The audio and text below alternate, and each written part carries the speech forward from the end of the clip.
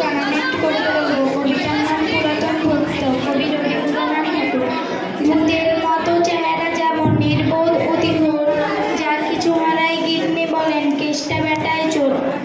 উঠিতে বসিতে করি বাপান্ত, শোনেও শোনে না কানে, যত পায় বেদ না পায় বেতন, তবু না চেতন মানে। বড় প্রয়োজন রাখি প্রাণপণ, চিৎকার করি কেষ্টা, যত করি তারা নাহি পাই সারা, খুঁজে ফিরি সারা দেশটা, যেখানে সেখানে